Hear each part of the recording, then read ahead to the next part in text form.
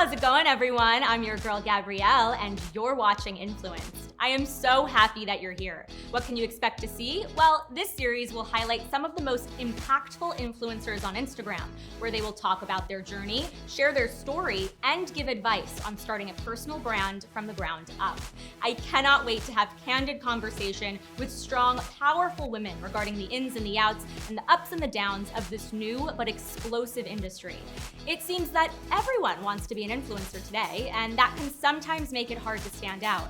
But each woman that I have on this show will most definitely stand out in her own unique way. So think of this as your central hub where you can come to find your favorite influencers on Instagram or discover new ones. By the end of each interview, you will have a better idea of who the woman behind the brand is, behind the post, behind the camera. You will find out who influences them and why they choose to influence all of us every day. I am constantly inspired by these powerful, creative entrepreneurs who are paving their own future while using their platform and voice to do good. This is Influenced.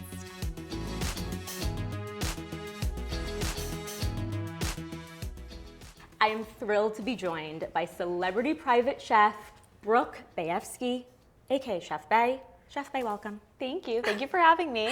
Thank you for being here. And I just want to say before we even get into it, I've been following you for a little bit, but I was doing research on you, prepping for this interview.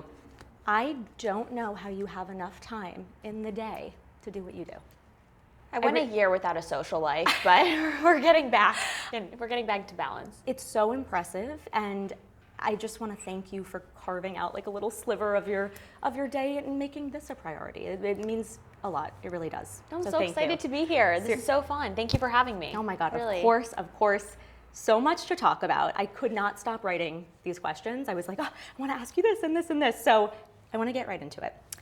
Okay, take me back to when your love of food first began, and has it always been important for you to cook with innovative, health-forward, and clean ingredients?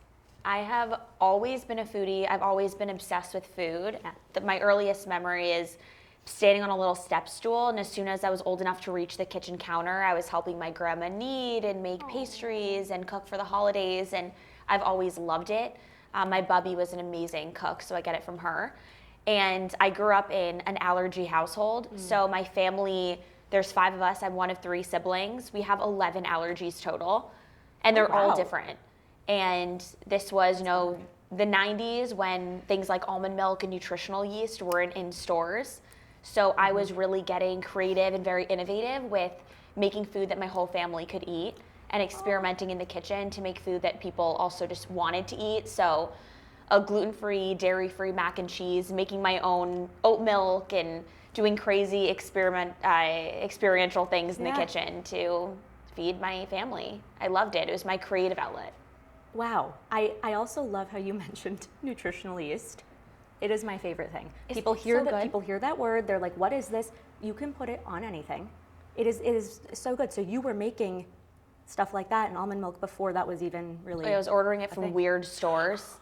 Yeah, it was the weird thing to buy. No one knew what it was. People thought almond milk was weird. There was only those tofu ice cream sandwiches in the stores. Yeah, they were gross. So innovation in the dietary needs and restriction space is huge now, but back then, no. And we couldn't have dairy, gluten, soy, peanuts, tree nuts, everything. So it was time to get creative. Yeah, times have changed so much. Yeah. Okay, so before you started chefing it up for actors, supermodels, athletes, and even royals, yes, you guys royals, you accomplished quite a lot. So I'm gonna list a few things, if you don't mind, about you. You graduated from Syracuse University, receiving a dual degree in business and communications and a minor in food science. From there, you worked in corporate product development, creating healthy recipes for companies like Starbucks and Panera. And then in your early 20s, you were one of the first graduates of a holistic nutrition culinary school program. So tell me more about those experiences and how that ultimately led you to taking on private clients. Yeah, so I knew I always wanted to have my own business one day, and I wanted to be in food, but really when I was in college, it was, if you wanted to go in food, you go from high school to culinary school, you work your way up in a restaurant, you go to a hotel, and I just said, I never want to do that. I never want to make the same thing twice. And my parents are like, good luck, I guess go to business school. So I went to undergrad at Syracuse, and I did communications, product development, and food science. And I was like, I don't know where it'll get me, but I have this business degree and I'll figure it out. And then as I was graduating, someone named Scott Leutch came into the Newhouse School of Communications and light bulbs went off in my head. He was an intern at the time and he started BuzzFeed Tasty. He was given a budget of $25, took fake kitchen cabinets out of a dumpster, painted them to make a fake kitchen set, and was like, let's play with what food looks like on the internet. So I did some of the hands in those videos, and it was amazing. And seeing what food product development could be, health forward product development, food on the internet in general is really something that they spearheaded. And that was just amazing. So after I graduated, I did a little bit of food media and then corporate food product development in the health space. So cool. So egg bites for Starbucks and Hue Kitchen products. Wait, that was you? Yeah, I always say I probably cooked for you because you've eaten the egg bites for Starbucks. That's the only thing I eat from Starbucks. I love that. Amazing. That's so cool. Yeah, and the need for health forward food just kept growing, and I just saw this need. And I didn't want to go to culinary school right away. They didn't really have programs that I identified with. I didn't want to learn, classic French cuisine or Italian cuisine. I wanted to make Parmesan out of nutritional yeast and make cool nut milks and dairy-free cheeses because 50 million Americans have dietary needs and restrictions and no one catered to them, and I wanted to be in that niche. But I was leading a chef team under a company that Nestle owned called Freshly, doing meal kits and meal delivery service prototypes. And they were like, you need to go to culinary school. So then I did the Health Supportive Culinary Arts program, which was very new at the time, very innovative. And it really set me apart between my background in food science, health supportive culinary arts, and my experience. It put me into an interesting category as an industry leader in that food space, which really helped me in my career. I'm sure. And then what led you to taking on these private clients? My mantra is ingredients with integrity and recipes with quality, and I really wanted to stand by that. And I just said, private clients would be the way to go, and I would be able to create content around it. I would be able to have complete authority and creativity like I did when I was younger in my kitchen of creating new recipes and having fun in the kitchen. And not being restricted by, supply chain and corporate costs and health washing. So I started taking private professional athlete clients right before COVID. The athletes was a good way into it because they have an entire team around them, and every single calorie, macro, milligram of sodium is tracked. I can imagine, and my background really led to that. So when their manager, their assistant, or agent would say, they need a high protein, low inflammatory, no nightshade diet, they're allergic to tree nuts, they can't digest X, Y, and Z, and they're kosher, I'd be like, fantastic. I know exactly how to put that meal plan together. And then, they have wives who are models and actresses, it's word of mouth. The second they can really trust you and that their lives aren't on TMZ, then it snowballs. Very true. Very true. That is, what a journey. And also you're just getting started. So that it sounds like you've already done so much. What does a typical week as a celebrity private chef look like? Usually I have a good relationship with my clients. So at the beginning, you have to put out this formal menu and it's this proposal and really getting to know each other. And now with my clients, you almost become part of the family. You're in their house, you're living there all day in their kitchen. So you just kind of shoot them a text being like, hey, what are you thinking? They'll be craving a cuisine, or they'll have friends visiting, or, they're on a certain diet for a movie or red carpet or a professional or some game they have coming up or something, training. So I'll curate this menu. They'll say yes, but maybe not feeling fish, or my wife's pregnant, I don't want salmon, something like that. And I'll do the shopping, which I love doing because I can do content. People love the Airwan hauls. We're gonna get into that. Which is so fun. Oh, we're gonna get into that, and then I do lunch and dinner, and I do some meal prep for the week. And I usually bring on someone, I love mentoring, so I'll bring on a student in culinary school, or people that honestly reach out to me and they're like, I can't believe, you responded. I didn't expect you to actually answer the DM. And I'm like, all it takes, and a lot of times, is asking. And there's so many people that have helped me that I was like, I commend you for even just reaching out and asking, and I'm more than happy to help. So I'll have a student in culinary school come and help me during the day, and help me do some of the food prep, and we'll cook together. They'll make the TikTok, so it's really fun. So paying it forward is so important. I so agree with you, and I also agree, if you don't know, just ask. There's no harm in doing that. So that's odds are there's been someone in their past that has helped them, and it really just takes asking. Yes. So I commend anyone that reaches out. I completely agree. You break the traditional, we were kind of saying this before, allergy-friendly, tasteless food stigma with yummy, healthy, and viral recipes. What dish has become your most viral among your audience, your followers? Is there a dish?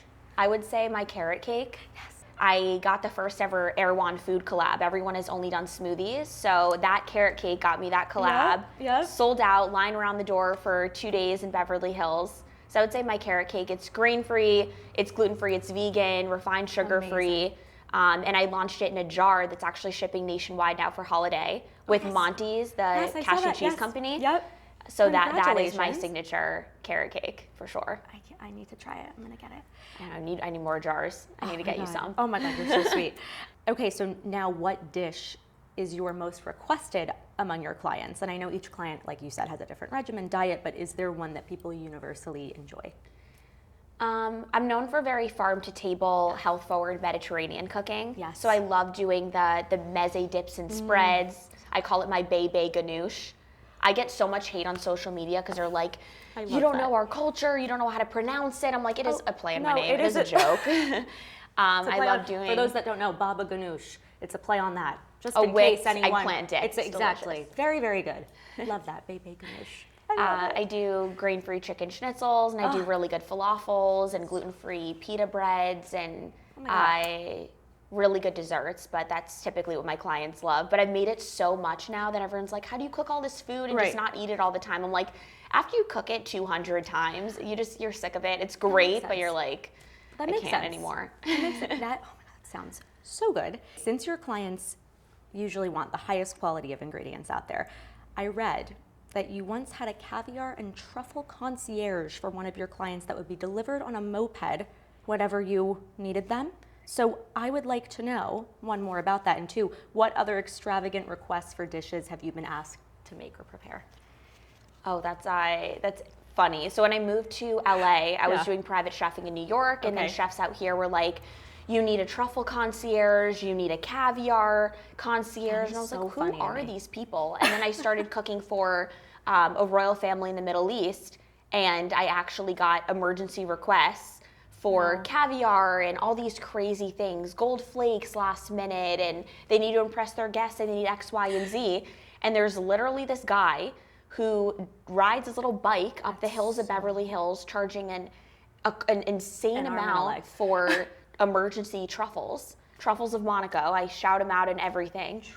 Monaco. Yeah, they're not even known for truffles in Monaco, so I don't know why he's called that, but he's this little guy on a bike, and he gives him in a little paper bag, not even fancy. You pay a crazy amount and you get truffles to whatever home you're in, which is hysterical. It is so funny. The requests that you get, I mean, nothing ever surprises me. It was that, and then I call them the peepers. So here, everyone has some kind of dietary need. They'll say they eat everything, but you'll do a dinner party and the guests don't want to seem like a nuisance to the host. They go, we eat everything. And then, they'll peep over to your waiters and be like, I'm gluten-free, I'm dairy-free. Oh, that's interesting. I don't eat pizza. And you're like, well, it's Italian. The whole menu's pizza. Yeah. So you quickly learn to have the cauliflower crust, the salad, the grilled chicken option, the pescatarian option, the vegan option, the paleo option you have in the back. So you're just prepared for all the peepers that peep to your waiters and they don't need anything on the menu, but they eat everything. But I'm always prepared with whatever option. I mean, I've seen allergies to cold water. I've seen everything in LA. It's called calzicaria. They can't touch cold water. Oh, wow. Some people only eat room temperature food, nothing hot. So there's never a dull day.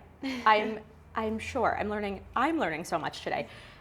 Okay, I think this is a good place to talk about Airwan. I know we were saying we'd get to that. So for those, I know, literally drum roll. For those that don't know, Airwan is the most elite grocery store here in LA. Think $25 smoothies, gorgeous organic produce, countless health-forward brands, gourmet prepared foods, and even their own apparel line with sweatshirts going for $185 you guys get the gist. So Brooke, I know you shop at Airwan a lot for your LA-based clients. You make great content there. And you did mention, I was already going to ask you about your partnership, but you talked about your partnership with them for their first ever food collab, which really is such a big deal. Tell me more about what a partnership like that entails. So it was fun. I mean, people always assume that, they're like, how much is Airwan paying you? And I'm like, nothing. One time I did a grocery shop and one of the employees gave me a cup of tap water in an Airwan cup. And I was like, I made it. So funny. Oh my God. So I met one of the founders or one of the head partners and then the head of marketing. Yeah. I brought my carrot cake cupcakes and my crack cookies, which are my grain-free chocolate chip cookies. And it was 9 a.m. And they were like, I'm not hungry. And I'm like, just try it. I think I was like, this meeting's either gonna go really well or not. And I was like, I'm just gonna go for it. Do And it. he tried my desserts. They ate all of them at 9 a.m. when they weren't hungry. And they go, what do you think of our baked goods in our little bakery section? And I go, honestly, they're not good. And I was very ballsy. And I was like, this is either going to go really good or really bad. And I was like, the ingredients aren't great. You use cane sugar. I think the rest of your products in your store cater to dietary needs. You have such ingredient integrity. I think you're missing the mark in the baked goods and you don't sell any of them. And he's like, okay. And I go, and your carrot cake has gluten, it has dairy, it has refined sugars. It's not your Airwan audience. And he goes, no, it's gluten-free and vegan. And I go, no, it's not. And they go in and check. They come out and they're like, yeah, you're right. So we walk in and he's like, okay, well, what if we did a pop-up with, your selection of food and we could take over the sushi section in the back and we could do a limited time offer collab. And he goes, no promises, but we'll chat. And that was it at the end of the meeting. Okay. And I was like, you don't know my background. This is my entire thing is product development, supply chain. Exactly, yeah. Everything. So I gave him a proposal and I was like, you will make tens of thousands of dollars in 2 days. We will get sponsorships. You will have zero cost. Here's the labor, the packaging, what the menu will be, the supplies I'll need, the markup on your products, how much we'll sell. And I gave him a deal that they really couldn't decline. I don't think they were expecting me to come with all these answers, and then it happened. Hearing that whole story and the journey to even doing that, and you really made it happen for yourself, that must have just felt amazing when the product, when it launched, when the collab happened. It was so fun. I framed my little hot bar plaques. So this is the Chef Bae by Airwan crack cookie and the carrot cake cupcake. So I have my little hot bar plaques framed. I was like, that's so special. It is special. Food plaque. It is special. Which is fun, yeah. Oh my God, thank you for sharing that. I actually really love that story. Oh, good. I love it. Okay, so we can sit here and talk about lavish meals, that cost $1,000 and gold flakes and the truffle delivery. But what I also love about you is your desire to give back to the community. You founded and lead a nonprofit cooking program for inner city kids and families, both in LA and New York. You've said, quote, making access to affordable, healthy food is a right and not a privilege. Talk about using your platform for good. So I'd love to hear more about this and the specific reasons why you started it. So I see this very interesting dichotomy. I cook for royals and the most notable and wealthiest people on the planet. And then at the same time, I cater to families and children suffering from food insecurity, so they don't know when their next meal is coming. So I grew up in Longmeadow, Massachusetts, which is adjacent or right outside of Springfield, where about 30% of children and families go food insecure. So they don't know when their next meal is coming. They come from unstable homes. They live on school subsidized lunches, fast food, food stamps, and that was so heartbreaking to see. So when I was younger, I would have bake sales outside of my local grocery store and raise money for these kids' cooking classes. I would have someone help me as the adult, but I would be running these classes, and this was always something that was so important and special to me. Then when I moved to New York, I worked with the Henry Street Settlement in Lower Manhattan, and I did an after-school program every week teaching these kids where food comes from, the importance of a healthy diet, how to best utilize food stamps. So most people don't know they go farther at a farmer's market than a grocery store. And just how to cook delicious food on a budget. And now this is a project that is super close to my heart, and some of my clients even want to contribute, hydroponic gardens and funds for my programs. But A lot of people, based on my content, don't see the full story. They'll say, you know, how can you spend $30,000 at Airwan? And I'm like, oh, a client wants that, you know. But look at the bigger picture of what I'm actually doing, and my clients are so supportive with everything. They also want their kids to join the classes, and I'm like, your kids have a private chef, you know, you're not the problem, but I'll do a class for you on the side. Good. Oh my God, your kids have a private chef. That's so good. No, and also, yeah, you're doing your job, of course, but then what's so nice is, like you said, even your clients do want to help, and I think, yeah, you balance both sides so well. Love that. Okay, as if you didn't already have a packed schedule, you still find time to record and edit videos for your social media. You film different series, multiple collabs with other creators, even some celebs get thrown in there. How do you balance your work and business with creating content? Luckily, my content is actually what I do. Right. So when I do private chefing, I record it. When I do Airwan hauls, I record it, and people love that vlog lifestyle. Yeah. And then once you do it, you kind of get in a groove of, you know, you have to start with my jumpsuit of the day, and then you go into the breakfast, and you kind of know how you want to structure it. Sometimes when I'm really drowning, I send it to a social editor, and I'm like, help. I could understand that. Like I said, I don't know how you do it. Yes. But when I was first starting out, what really made me burn out was comparison. And I was comparing myself to full-time food content creators who were pumping out recipes every single day. And I was like, I need to do that. Plus, I have an entire private events business on the side in private chefing, and I could not do both. I spoke to so many amazing people in the industry, and they were like, find your own path and make your content what you do anyways, because what you're passionate about will shine through in content. And you know, there's already enough 5-ingredient banana bread videos on Instagram. Don't become that. You know, you have an interesting point of view with food. Stick with your passion and go with that. And when you're passionate about something and you can't wait to get content out there, then it makes it so much more exciting. And to this afternoon, I can't wait to edit a video. I did a Shabbat dinner last night for my boyfriend's family. It's not a celebrity client, but I'm so excited to edit it and post some recipes of what I made. And it makes me, it makes me happy. Your content is different. You do have like a niche, and you do have a, it's special and it's different. It's not something that you see, so it does make you stand out. So keep doing what you're doing.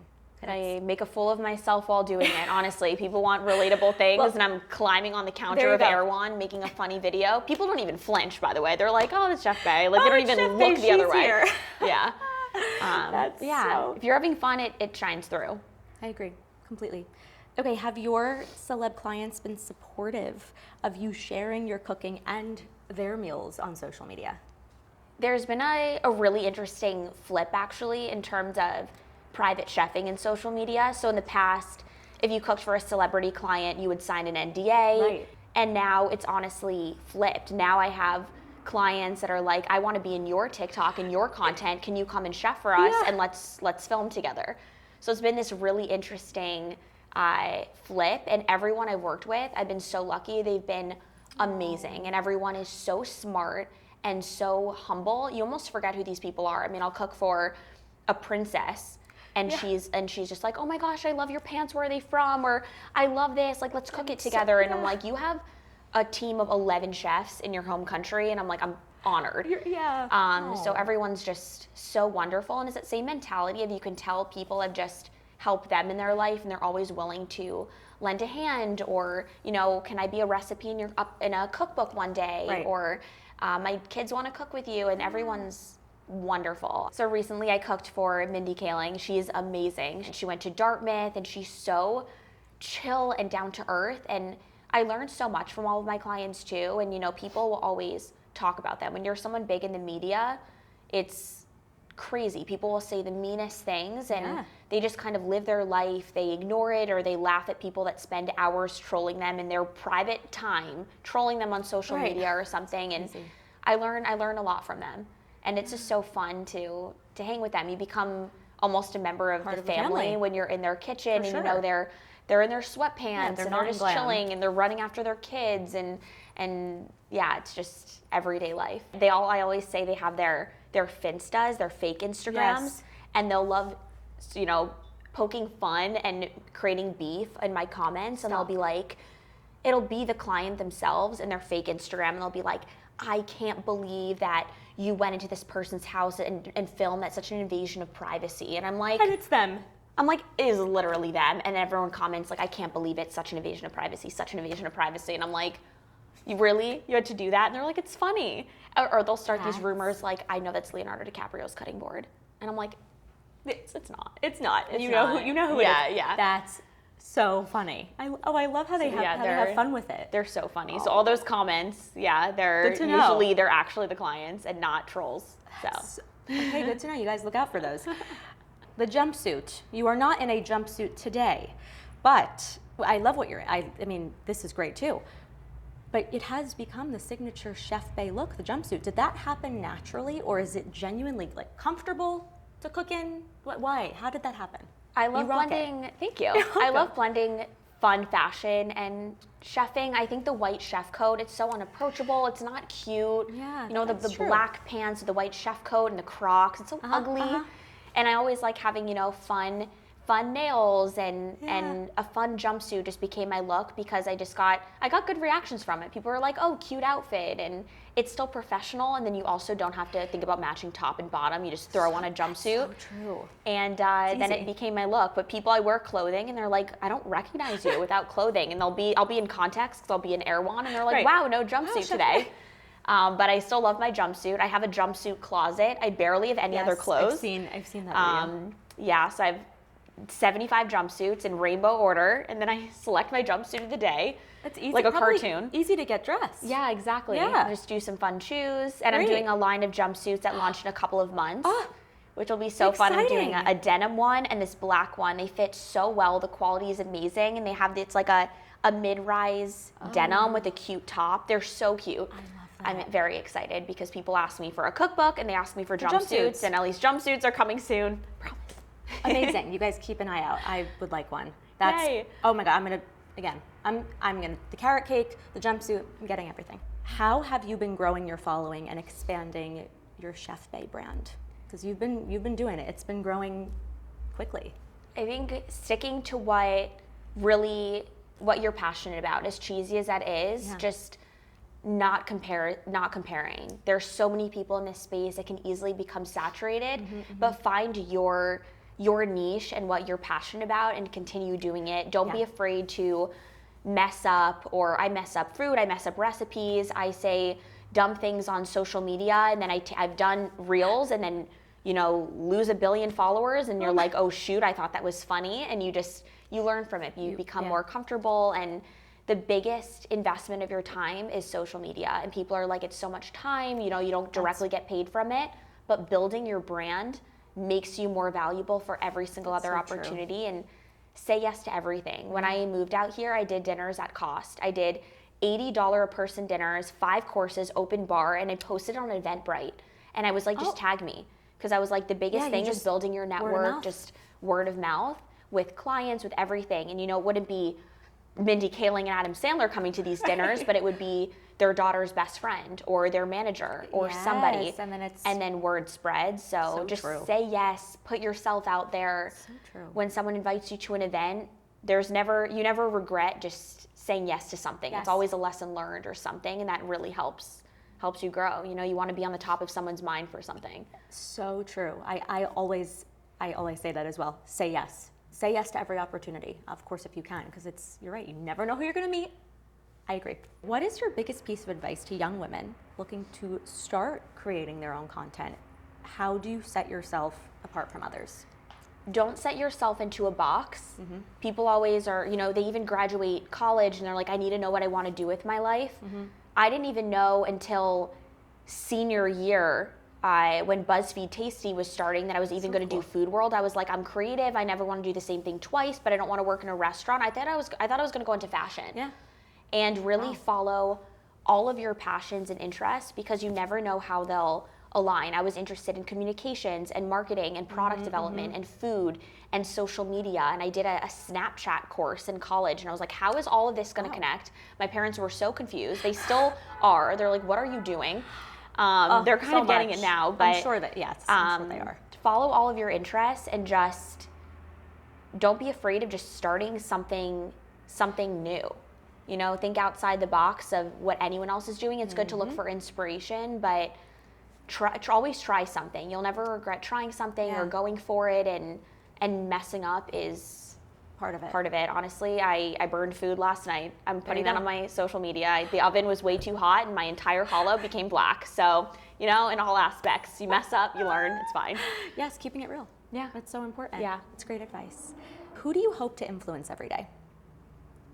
Who do I hope to influence every day? That's a good question.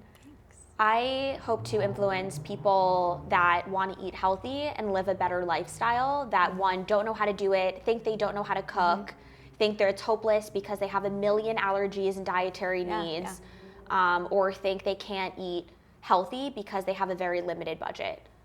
So I love influencing, you know, my food baes on social media and just being a source of entertainment, you know, showing that I can, you know, be just real online and show my true self, and hopefully people feel more comfortable to just not be perfect. Even if you have an off day, it's important to just be real. Just being real. You know, there's a lot of fake on social media, and it's really hard, and people think it's their actual real life, and it's not. I want to show people that, you know, people are real. Not everyone wakes up perfect. There's a lot of glamorous influencers out there that wake up and do their yoga and their perfect latte and look perfect and wake up in makeup, and I'm like, no, there's be real, be your authentic self, and what you're passionate about, and success will follow.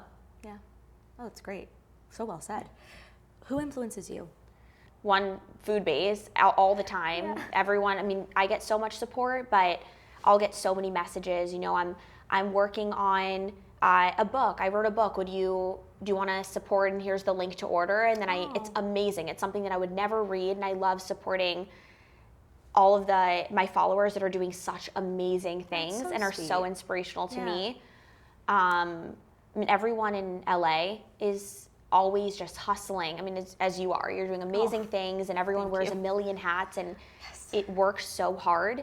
And, you know, no one works this typical 9 to 5, but everyone is hustling to do for their dream in the creative industry or the arts industry, and that's so inspiring. Being in this community, LA is so inspiring to me. Definitely. I feel you on that, for sure. Okay, to wrap this up, what does it mean to you personally to be an influencer? What does that title mean to you when you hear that? I think it's flattering because I make a joke of myself all the time, and I'm like, honestly, if I'm influential to people, it's great. And sometimes I'll wear something and then that I love, or I'll eat something that I truly love, and a million people will buy it, and I'm like, wow, that's cool. You influenced them. So it's fun, but I like saying I'm an influencer with a skill set. You know, I think I want to be the chef first, and doing my private events and my business, and then with that, just vlogging it and showing what I do and using social media as my platform. But it's a funny term now. You know, everyone's starting a business and being an influencer, and it's I don't overthink it.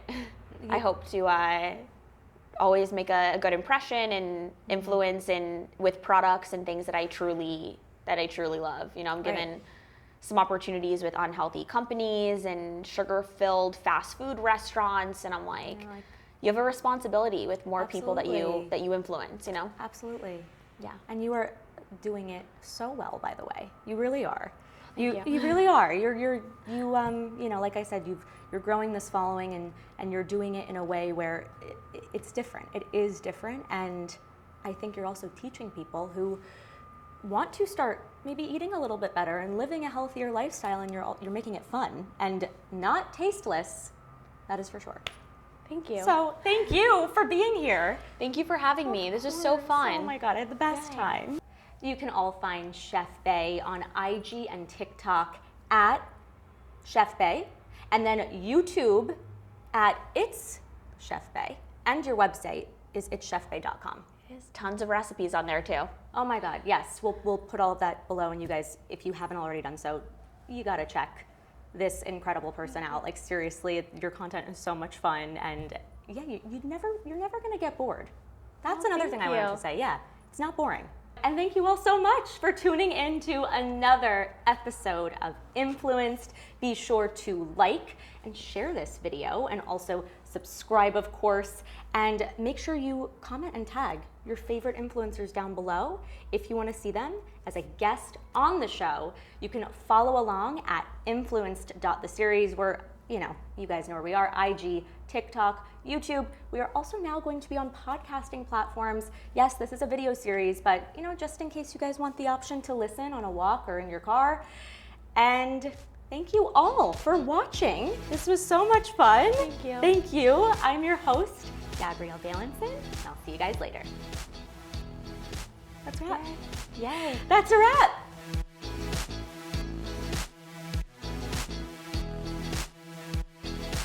Thanks so much for watching Influenced. Be sure to click the subscribe button right here. And if you want more Influenced interviews, click right here. Don't forget to like and share this video. And also hit that notification bell so you don't miss out on any updates. See you guys later.